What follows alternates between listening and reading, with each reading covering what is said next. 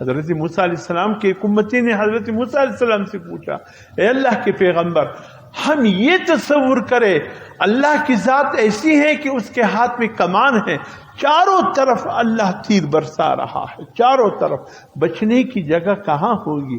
فرمایا ہے ایک جگہ ہے بچنے کی۔ حضرت موسیٰ علیہ السلام نے فرمایا اپنی اس امتی سے ایک جگہ بچنے کی ہے۔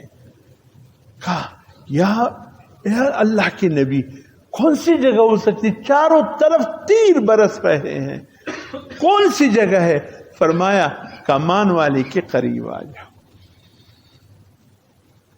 جس کے ہاتھ میں کمان ہے اس کے قریب آؤ، تیر آگے پیچھے برسے گا، جس کے ہاتھ میں کمان ہے اس کے قریب رہ کر تم تیر کی زد سے محفوظ رہو گے۔ مطلب کیا ہے؟ بس ایسے موقع پر ایک ہی راستہ ہے کہ اللہ کے قریب آ جاؤ، بس آفات سے بچنا ہے اللہ کے قریب آ جاؤ، مصائب سے بچنا ہے اللہ کے قریب آ جاؤ۔ یہ نہیں کہ 5-6 ہزار کا خیمہ 30-40 ہزار میں فروخت کر دو، یہ نہیں کہ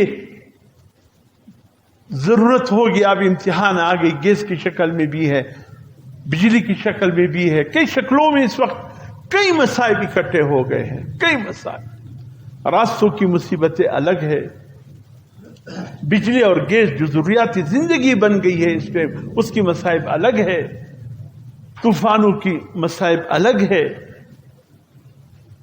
اتنا سب کچھ ہونے کے باوجود ہونا تو یہ چاہیے کہ ہم لوگوں پہ ترس کھاتے ہیں، آج سب کے سب آفت میں مبتلا ہے۔